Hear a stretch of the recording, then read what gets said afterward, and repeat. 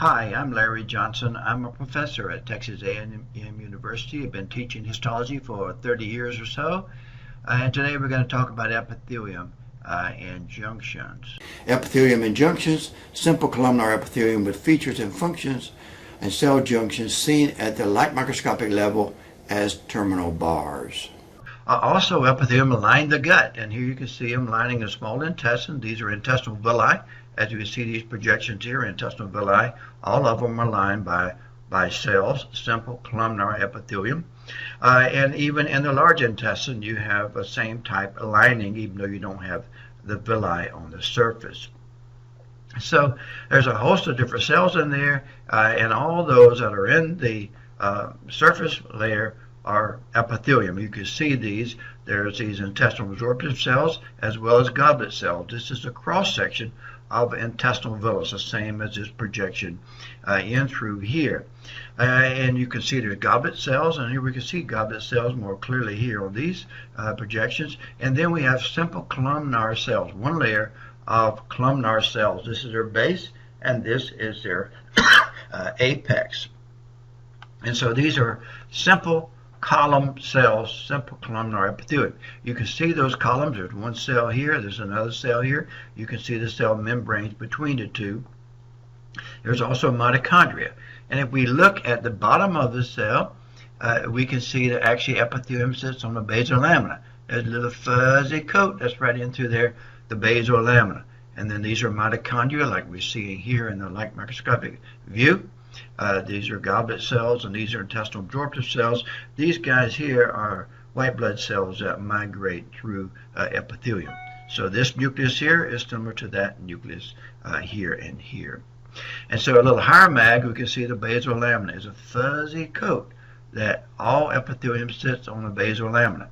And it would be right in through there would be the basal lamina that we would have in these cells. So this is connective tissue that epithelium sits on connective tissue. And here we can see the kidney. There's a cortex and there's a medulla, and this is one of the renal corpuscles, and then these are the various ducts. And if we look at the kidney, we can see this is PAS staining, so it's staining for periodic acid shift, in other words, for sugars. And so it shows you where there's a rich concentration of sugars. And one of those is the basement membrane. And you can see the basement membrane is PAS positive, as indicated by this dark line around there.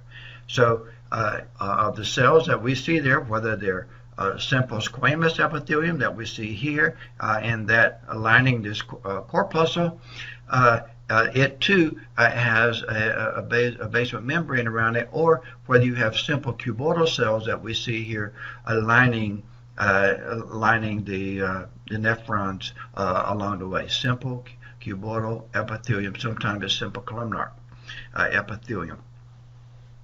And here we can see the intestinal absorptive cells, the columns that we see, and we can see that actually there's not much space between adjacent ones, and that's characteristic of epithelium, is that there may tight junctions between adjacent cells, elaborate junctions between the cells, and as a consequence, there's not much extracellular space. So these are intestinal absorptive cells. You can see the brush border right in through there, the nuclei of these cells, and then these guys here are the goblet cells that secrete mucin material.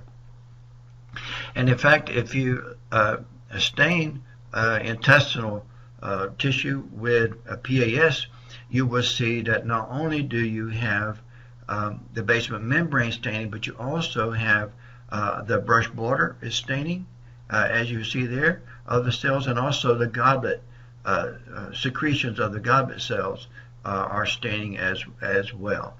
So you can see a typical goblet cell. There's this mucin that's located here, and the cytoplasm of the cell is kind of like a wine glass. Is a shape of the goblet cells with the brush border in through there.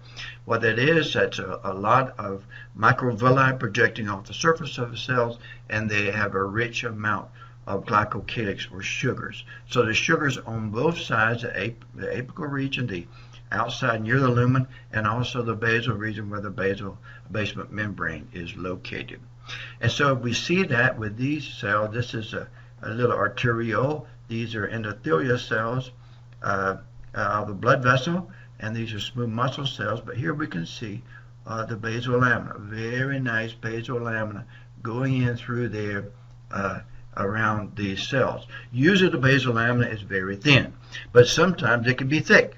And here we can see this is the endothelial cell here that is got a thick basal membrane, and then also actually the basal lamina. The basal lamina is quite big in the case of this Sertoli cell, which is a nurse cell in here. This is an aged rat testis, which in those cases you can see a thickening of the basal lamina. Now, epithelium is specialized, they're polarized.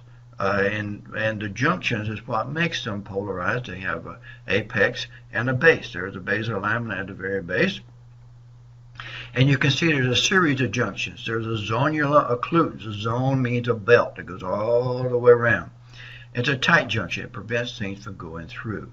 There's also a zonula adherens, which is an adhering belt. And that's the one that interacts with a high density of microfilaments to support the fusion of the membranes that you see there with the zonula occludens. And then we have spot wells. You see spot wells that we see there, which are desmosomes. And then the other type of junction is gap junctions, and really it's got a name because the gap between adjacent cells is uniform because all the proteins that hold their membranes together. The gap junction is associated with communication. So we can see there, this is one of those cells, maybe a cuboidal cell. You can see the desmosomal connections, and you can see the zonula occludens, which prevent things from coming through, zonula adherens, and the macular adherens. And these three collectively together make the terminal bars that you can see at the light microscopic level. And so this is the same as that we can see at the tops of these cells. Like this is one cell, and this is another cell in through there, and there's the brush border, which is uniform microvilli that has a sugar coating that makes it PAS positive. So here we can see these are intestinal absorptive cells, these are goblet cells, and we can see a brush border in through there, but also you can see the terminal bars. The terminal bars are very nice and plain in through there. You can see terminal bars through there and there. If you cut perpendicular to the surface of a cell, you will have, looking through the terminal bar material, which is really a belt that goes all the way around it. Here you can see the material that goes around. You can see it over here too. See, it completely surrounds. So this zonula occludens, zonula adherens, and macular adherens, they go all the way around and seen as terminal bars, or if you have a cross section right through this region through there, you'll see that it is indeed a belt, and that's where it means zonula. It means a belt. And here we can see at the ultrastructural level where there's junctions between adjacent cells, and those are the junctions that we're talking about, the zonula adherens, zonula occludens here, zonula adherens, and I really can't see a macular adherens. Lots of organelles are inside the cell, but right in through there is very clear. It has a lot of filaments in through there, and that's known as a terminal web. Here we see the goblet cells, and the goblet cell has these secretions, which we've seen is PAS positive. That is pink staining. The gap junction we can see in these liver cells, a uniform gap, very dark in through there because all the proteins between the two. And here we can see a biocanalicculus, and in order to keep this separate from the blood, you have a tight junction, which is zonula occludens, zonula adherens, macular adherens, that you have the same type of thing that we saw at the apex of other cells. And so if you look at the gap junction that we saw here as the gap junction there and here, and if you look there, you'll see a series of proteins that project from one cell to another cell, and it's those proteins that have a hole in them that makes a channel for things to communicate between the different cells. Again, we want to thank the original sources of drawings and diagrams that were used from textbooks and we acknowledge those here. This is the end of epithelium and junctions, simple columnar epithelium with its features and functions, and cell junctions seen at the light microscopic level as terminal bars.